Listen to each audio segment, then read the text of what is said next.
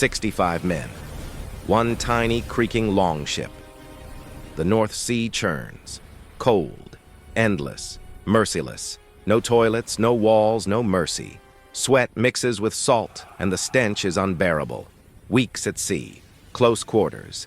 Every law of survival says they should have died. Cholera, dysentery, typhoid, invisible killers. Every other ship would have been a floating graveyard. Yet they returned alive. How? How did they survive filth, storms, and disease? On a ship built for war, not comfort. Today we dive into one of history's strangest survival secrets, the Vikings, and the impossible way they managed waste, without ever getting sick. Modern sailors, clean ships, metal mess kits, toilets, surgeons, and yet disease kills more than cannonballs. Cholera, typhoid, dysentery, thousands lost, generations erased. Now look at the Vikings. No toilets, no privacy, no safety, crowded benches, wet wool, saltwater spray, weeks at sea, storms tossing them like leaves. Every law of medicine says they should have perished, but they didn't. Somehow, they turned the ocean into their ally. The very water that could drown them became the first line of defense against disease. How? Not with tools, not with science, with something far older, far smarter: instinct, design, ritual, geography. While the world fought germs with rules, the Vikings fought germs with survival itself, with the ship, the waves, the wind. Every element became a weapon against sickness, and this system, it left no trace, no written record. Yet centuries later, archaeologists are still piecing together how they survived where every other sailor died. Summer, 1904. Norwegian farmers dig through blue clay and uncover something extraordinary. A dark shape. The Oseberg ship. Preserved for over 1,000 years. Archaeologists combed every inch. Carved posts, kitchen vessels, textile fragments, even a simple wooden bucket. And then, nothing. No chamber pots, no latrines, no bronze braziers, no space built for waste, not a single sign of sanitation. Could it have been ceremonial? A burial ship, never meant for actual voyages? Think again. The Gogstad ship from 890 AD tells a different story. A true warship, used by 32 men. Worn ore ports, practical cargo, full operational use, and yet, again, no toilets. The Vikings did not forget hygiene. They made a deliberate choice. Eliminate the problem entirely. Every plank, every tar seal, every low-deck detail, engineered for speed, flexibility, and instant waste disposal. On any other ship, trapped waste is a death sentence. Cholera, dysentery, typhoid, invisible killers waiting to strike. One drop left unchecked, and the crew would have perished. But on a Viking longship, weakness became strength. Absence of containment forced waste overboard. What looked like a vulnerability was the foundation of a system that let them survive where all others died. This is the first secret of Viking survival. And it's just the beginning. Because what comes next will rewrite everything you thought you knew about ancient engineering and hygiene. Here's the genius no one expected. The long ship's freeboard, the distance from deck to water, only 1/2 meter. Stand at the bow, reach down, and the ocean is right there, waiting. Every detail mattered. Not a plank wasted, not a feature arbitrary. The low freeboard was intentional. Waste went straight overboard. No storage, no buildup, no opportunity for disease to fester. Calm seas, perfect. Stormy seas, simple wooden buckets, emptied at the first safe moment. Nothing was ever allowed to linger. No contamination, no epidemics, no mass death. The moving salt water diluted pathogens instantly. Cholera, typhoid, dysentery, neutralized before they could spread. Modern scientists call it natural sanitation engineering. Vikings didn't need science. They used common sense and design.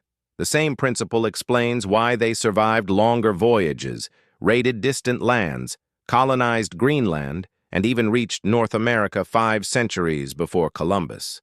Every other crew in history failed under these conditions: trapped waste, stagnant water, disease running unchecked. But the Vikings turned their weakness into strength. Their ship's architecture became a weapon against germs.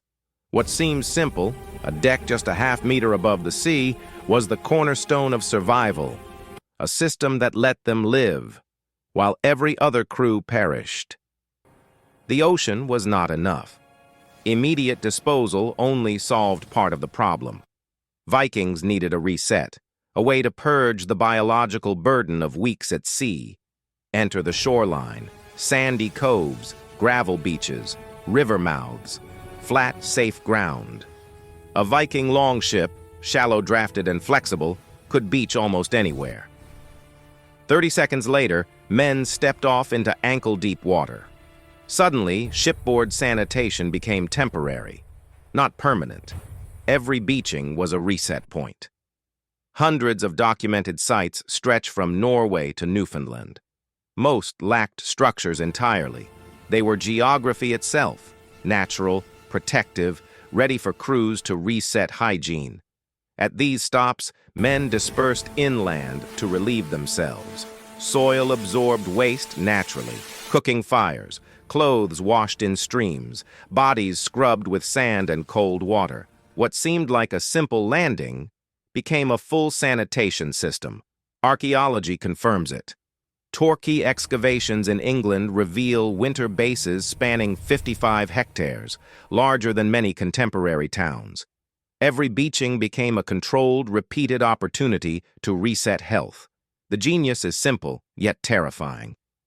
Vikings didn't rely on confined spaces or sophisticated tech. They used nature, geography, and timing as part of their system. The crew never had to suffer the ship as a toilet, because the ship was never far from land. Every mile sailed, every tide ridden, was part of a hidden design. And yet, this is only one layer of their survival strategy. Design alone wasn't enough. The ocean could wash away waste, but germs still lurked. Vikings built hygiene into culture itself: daily combing, hair and beards meticulously groomed, weekly bathing, logardagr, washing day, etched into tradition. Archaeologists discovered combs, tweezers, and ear cleaners buried in graves, not luxury items, survival tools. Every sailor, every woman, every child became part of a distributed defense network. Social pressure enforced compliance. Show up unkempt, smelling rank, invite shame. Shame wasn't cosmetic, it was life or death. Personal grooming directly reduced lice, fleas, and disease transmission. John of Wallingford, 1220 AD, complained about Viking settlers in England. They combed daily, bathed weekly, changed garments frequently. English observers didn't understand it, but Vikings were quietly perfecting epidemiology without knowing it. Cold seawater, sand scrubbing, cultural ritual. Every day, every week reinforced the invisible shield against disease, a society that weaponized hygiene. Where modern sailors struggled with technology, Vikings relied on discipline and ritual. What looks like vanity was survival. What seems like a simple tradition was the armor that kept them alive across oceans, through storms, through centuries. Water, the very essence of life. And yet on every ship through history, it became a silent killer. Wooden barrels held fresh water, but weeks at sea, E. coli multiplied. Sailors died from the water meant to keep them alive. Typhoid, cholera, dysentery. Vikings solved this problem without knowing bacteria existed. They relied on fermented liquids, weak beer, sour milk, beer, boiled during brewing, killing almost all pathogens. Sour milk, acidic enough to suppress bacterial growth. Every barrel aboard represented accidental pasteurization. Every sip kept a sailor alive. What seems like a luxury or convenience was a life-saving strategy. Fresh water was heavy, limited, risky. Fermented liquids weren't just easier to transport. They were safer, healthier, essential. While other crews suffered, Vikings thrived, sailing farther, surviving longer, reaching new lands, colonizing Greenland, crossing to North America centuries before Columbus. The genius isn't in technology, it's in practical necessity turned survival advantage. Boiling, fermenting, preserving, simple acts, repeated across generations, became a shield against invisible killers. What modern navies learned centuries later, Vikings already mastered. Survival wasn't about fancy tools. It was about smart, consistent, practical habits embedded in culture, design, and daily life. The next secret is hidden in the very wood of the ship. Vikings didn't seal their hulls perfectly. Clinker-built, overlapping planks, never watertight. Every tiny leak, a blessing in disguise. Bilge water constantly seeped in and out. Organic debris, spilled food, accidental contamination, immediately mixed with seawater. Every hour the bilge flushed. No stagnant pools, no anaerobic pockets for bacteria to thrive. A moving, living sanitation system, built into the hull itself. Compare this to later ships. Deep bilges, inaccessible cargo holds. Waste accumulated for weeks. By the time they reached port, sailors were sick, even dying. Bilge fever, cholera, typhoid, death lurking in every corner. On a Viking ship, the ocean did the cleaning. The leaks were intentional, or at least leveraged with brilliance. Constant water flow, acting as a natural, never-failing sanitation system. Sailors spent hours bailing water overboard. What looked like extra labor was survival engineering. Every scoop, every wave, every leak reduced disease risk. The genius is simple: nature as a partner. Modern navies fight water intrusion. Vikings embraced it. Their ships didn't trap filth, they expelled it. The ocean itself became part of the crew's immune system.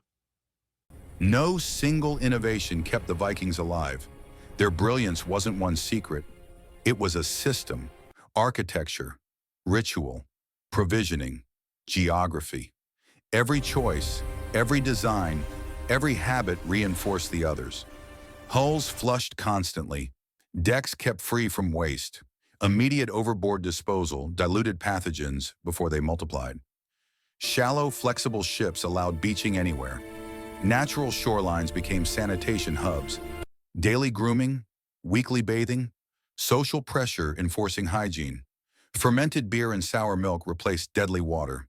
The crew became a living network of prevention, each sailor a node in a distributed defense system. Unlike modern ships, where disease could cripple entire crews, Vikings turned constraints into advantages. The ship's design was minimal, but deadly effective. Culture enforced hygiene. Geography provided resets. Provisioning eliminated invisible killers before they could strike. Imagine it, hundreds of miles from home, in freezing seas, storms raging, disease lurking in every corner. And yet the crew thrives. Ships returning to shore, expeditions continuing, settlements forming. It was not luck. It was strategy, discipline, ingenuity. Viking longships were more than vessels. They were mobile survival systems. Every plank leak, every ritual, every beaching, part of a network designed to keep humans alive against impossible odds. 5 centuries before Columbus, they reached North America. Not just surviving, thriving. Their secret? They didn't fight nature. They worked with it, bending constraints into power, weakness into strength. Fast forward centuries. 1854, HMS Thunderer. British sailors trained, equipped, following rules. Yet cholera kills 43 men in 2 weeks. Typhoid, dysentery, disease ran rampant. Why? Modern ships had technology, but they trapped waste.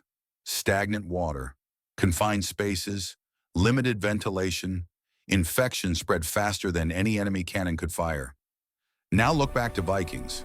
No high-tech systems, no regulations, no bureaucracy, yet crews thrived, sailing thousands of miles, reaching Greenland, North America, returning home alive.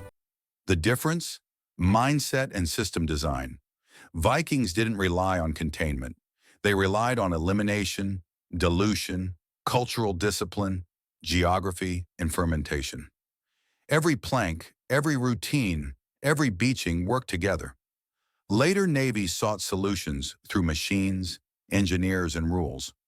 Vikings solved it with nature, habit, and ingenuity. The sea became a partner. Social norms became armor. Geography became infrastructure. Disease didn't collapse Viking operations. It slowed modern navies. It killed them. And yet, 5 centuries before Columbus, Norse sailors stepped on North American shores, alive, strong, prepared. The lesson? Technology alone doesn't guarantee survival. Systems that work with natural laws, human behavior, and environmental constraints will always outperform systems that ignore them. 5 centuries before Columbus, Vikings stood on the shores of North America, alive, thriving, ready to explore further. They didn't have modern sanitation, no engineers, no technology. What they had was something far rarer: systems built to survive, habits built to endure, and ingenuity born from necessity. Every plank of wood, every routine, every ritual turned what could have been deadly into an advantage. Weakness became strength, constraint became power, chaos became order. Modern vessels rely on technology, on machines, on rules, yet they still fail against nature. Vikings succeeded by understanding the environment, their bodies, and human behavior. The lesson isn't just history, it's timeless. Survival, mastery, success often comes not from what you add, but from what you remove, adapt, and harmonize with. The ocean took their waste and gave them life. Discipline protected their bodies and gave them freedom. Geography became their ally and expanded their reach. Sometimes the smartest solution isn't building more. It's learning to work with what you already have. And in that truth lies the genius of the Vikings, a civilization that thrived in impossible conditions, centuries ahead of its time,